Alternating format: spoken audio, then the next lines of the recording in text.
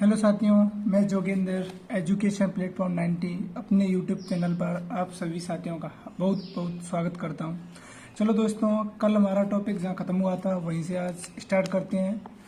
पहले टॉपिक का मध्य प्रदेश जीके का आज आखिरी लेक्चर है। इसके बाद सेकंड टॉपिक पे जाएंगे। ठीक है दोस्तों, चलते हैं। कल अपने ख़त्म किया था, वहीं से आगे से स्टार्ट करते हैं। मध्य प्रदेश में सबसे बड़ा और छोटा विशेष तथ्य। ठीक है, मध्य प्रदेश सबसे बड़ा और छोटा है। ठीक है, और क्षेत्रफल की दृष्टि में, अगर क्षेत्रफल की दृष्टि में अगर अपन देखें साथियों, तो संभाग है जो सबसे बड़ा जबलपुर है। कौन सा संभाग है?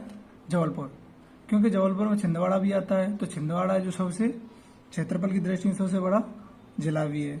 तो संभाग कौन सा है? जबलपुर।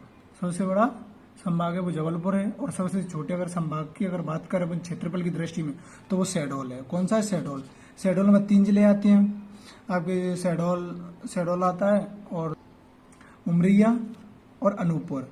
शहडोल सी जिले से अलग हुए हैं दोनों, कौन? उमरिया और अनूपपुर। तो आपको सेकंड टॉपिक में मैं बताऊंगा कैसे क्या हुआ था। तो सबसे छोटा संभाग कौन सा आपका? शहडोल है। और सबसे बड़ा संभाग आपका जबलपुर है। कौन सा है? जबलपुर।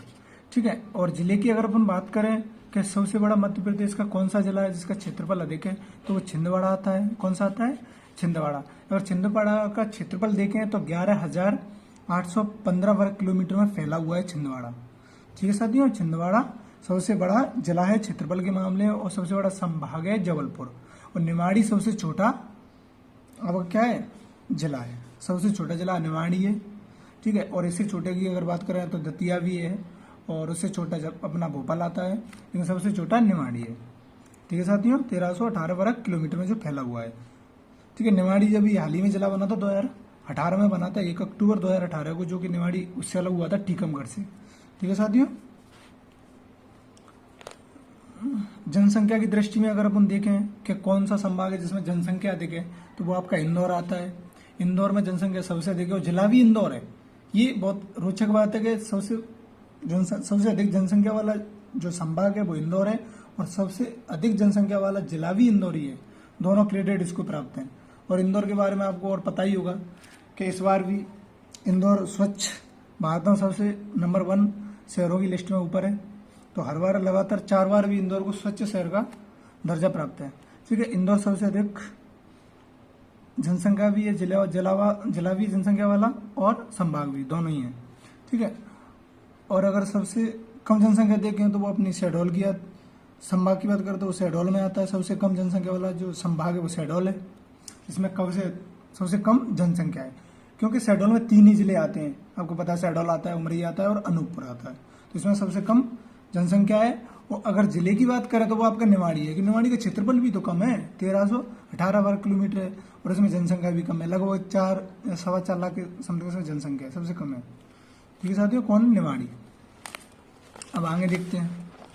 वनव्रत की बात करें तो सबसे अधिक वन अपने खंडवा में पाए जाते हैं। तो वनव्रत, सबसे बड़ा वनव्रत कौन सा है? खंडवा है। और उससे कम, सबसे कम होशंगाबाद आता है। सबसे कम कौन सा? होशंगाबाद। और सबसे बड़ा खंडवा। और सबसे बड़ा अगर बांध देखें तो इंदिरा सागर डैम है आपका। कौन सा? इंदिरा सागर। मध्य प्रदेश की अगर बात करें कि सबसे बड़ा बांध कौन सा है, तो वो इंदिरा सागर डैम है, जो कि खंडवा में स्थित है। कहाँ है ये? खंडवा में स्थित है। इंदिरा सागर डैम भी खंडवा में स्थित है। और वनव्रत भी सबसे बड़ा कौन है? खंडवा आपका। ठीक है, और अगर भारत की करें सबसे बड़ा बांध है, तो बताओ साथियों कौन सा है? भारत का सबसे बड़ा बांध है टिहरी बांध, जो कि उत्तराखंड में स्थित है। कौन सा है? टिहरी बांध। ठीक है साथियों, और सबसे ऊंची चोटी की बात करें तो धूपगढ़ है आपकी। कौन सी है? धूपगढ़, जिसकी लगभग जो ऊंचाई है वो 1350 मीटर है। कौन सी? धूपगढ़ चोटी, जो कि महादेव पर्वत श्रेणी पर स्थित है और होशंगाबाद जिले के अंतर्गत आती है। अब कुछ नहीं आता है कि धूपगढ़ जो चोटी है किस जिले में है, तो वो होशंगाबाद जिले के अंतर्गत आती है। और होशंगाबाद जिले में भी पर्टिकुलर कहाँ है, तो वो महादेव पर्वत श्रेणी पर आती है। ठीक है साथियों, कौन सी? धूपगढ़ चोटी। और सबसे छोटी चोटी के बारे में तो अपन कह नहीं सकते कि बहुत सारी छोटी छोटी चोटियां होती हैं, तो कंफर्म नहीं है कि कौन सी छोटी है। ठीक है साथियों, और सबसे निचली घाटी आपकी मध्य प्रदेश की, आपको पता ही है, नर्मदा सोन घाटी है। कौन सी है? नर्मदा सोन घाटी। सबसे छोटी जो निचली घाटी है वो नर्मदा सोन घाटी है। और नर्मदा सोन घाटी को भ्रंश घाटी भी कहते हैं। और सबसे बड़ी रोचक बात यह है कि जो नर्मदा नदी आपकी बंगाल की खाड़ी में जाकर गिरती है, और और सोन नदी तो आपकी गंगा में जाकर मिल जाती है। ठीक है साथियों। और वैसे नर्मदा की अगर बात करें थोड़ी, तो नर्मदा की कुल लंबाई लगभग 1312 किलोमीटर है।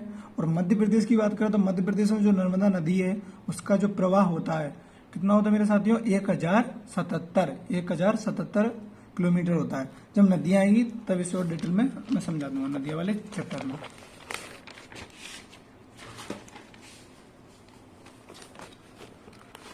ठीक है साथियों।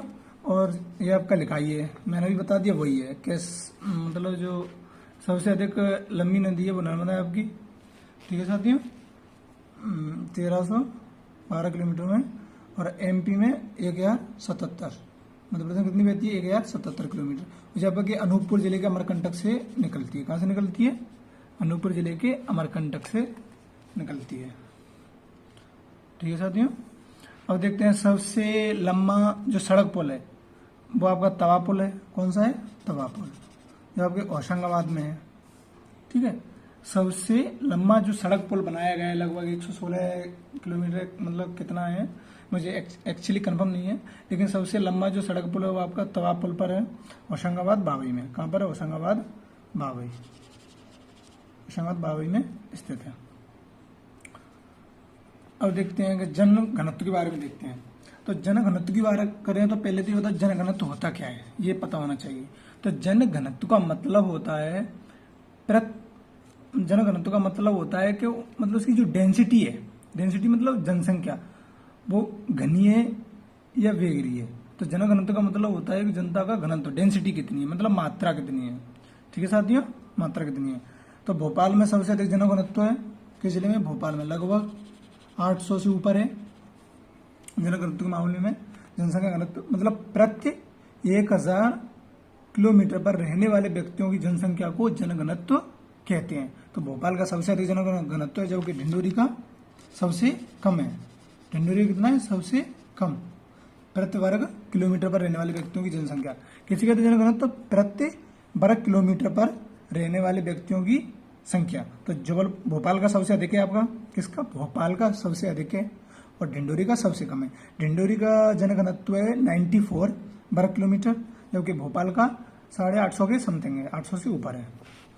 अब विधानसभा क्षेत्र की बात करें तो सबसे अधिक विधानसभा सीटें किस क्षेत्र में, जबलपुर में है, जिसमें से 9 है। कितनी, 9। जबलपुर जिले में से जो विधानसभा क्षेत्र की सीटें होती हैं वो 9 है। कितनी है, 9। ठीक है साथियों। और सबसे कम आपकी उमरिया में आती है, अनूपपुर, हरदा। उमरिया अनूपपुर तो पता है शहडोल से लगू हुए हैं, इन दोनों में भी हैं। हरदा में अशोकनगर और ढिंडोरी 2-2 सीटें पाई जाती हैं। ठीक है साथियों। उमरिया आपका शहडोल से, अनूपपुर भी शहडोल से लगा हुआ है, हरदा आपका उससे हुआ है होशंगाबाद से, अशोकनगर आपका गुना से अलग हुआ है, ढिंडोरी आपका मंडला से अलग हुआ है। सेकंड चैप्टर आएगा जब मैं बताऊंगा डिस्क्राइब करके तरीका से कि कब अलग हुए थे और कैसे हुए थे। ठीक है। अब साक्षरता की बात करें साथियों, तो जो साक्षरता है वो सबसे अधिक जबलपुर की है, लगभग 86% साक्षरता है जबलपुर की है।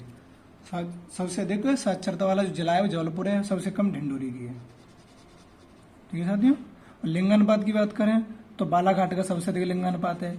लिंगानुपात होता क्या है, लिंगानुपात का मतलब होता है कि 1000 पुरुषों पर महिलाओं की संख्या प्रति 1000 पुरुष पर कितनी महिलाएं हैं। तो लिंगानुपात बालाघाट का सबसे अधिक है, 1021 है, मतलब 1000 पुरुषों पर 21 महिलाएं, मतलब 21 महिलाएं वो अतिरिक्त हैं, किसमें, बालाघाट में। अगर देश की बात करें तो देश का लिंगानुपात लगभग 931 है, जो अपने मध्य प्रदेश के लिंगानुपात के लगभग बराबर है। ठीक है साथियों। और भिंड की बात करें तो भिंड का सबसे कम लिंगानुपात है, जो कि 829 है। और तापमान देखें तो विदिशा गंज वासोदा में सबसे अधिक तापमान रिकॉर्ड किया गया था। कहाँ पे, गंज वासोदा विदिशा में। और शिवपुरी जिले में सबसे कम तापमान है। शिवपुरी जिले की एक और विशेषता है कि इसमें कम तापमान नहीं पाया जाता, सबसे अधिक भी कई बार पाया जाता है, क्योंकि ठंडा गर्म दोनों ही इसकी क्वालिटी है, वो जलवायु के कारण। सिंचाई की अगर बात करें तो सबसे अधिक जो सिंचाई है वो ग्वालियर में होती है, क्योंकि सबसे कम ढिंडोरी में होती है। कहाँ होती है सबसे कम, ढिंडोरी में। वर्षा की बात करें तो सबसे अधिक वर्षा होती है आपकी पचमढ़ी में, जो महादेव पर्वत है उस पर 190 सेंटीमीटर वर्षा होती है, जो कि भिंड में लगभग 55 सेंटीमीटर वर्षा होती है। अब ऐसा क्या कारण है कि यहाँ पर अधिक वर्षा होती है, यहाँ पर कम वर्षा होती है? तो वो पर्वतों के कारण होता है। जब टॉपिक आएगा जलवायु का तो मैं बता दूंगा आपको अच्छी तरीक़ा से। ठीक है साथियों, तो पचमढ़ी महादेव पर कितनी वर्षा होती है? 199 सेंटीमीटर, जबकि भिंड में 55 सेंटीमीटर होती है। दोस्तों आज का चैप्टर यही आपका कंप्लीट होता है, पहला चैप्टर। अब साथियों इस चैप्टर के जितने भी एमसीक्यू होंगे, जितने भी महत्वपूर्ण एमसीक्यू हैं जो हर एक एग्जाम में आते हैं पीएससी लेवल तक, एक भी क्वेश्चन नहीं बचेगा। मैं आपके लिए एमसीक्यू कराऊंगा इस चैप्टर के, कल से ही एमसीक्यू डालूंगा, उनको अच्छी तरीक़ा से लगाना। और साथियों जितनी वीडियो 3 पार्ट पहले हैं, चौथा पार्ट ये है, कंप्लीट तरीक़ा से अच्छी तरीक़ा से पढ़ना, आप 1-2 बार रिवाइज करना, फिर उसके बाद एमसीक्यू लगाना। एक भी एमसीक्यू आपका रहने नहीं दूंगा, ये मैं आपसे वादा करता हूँ।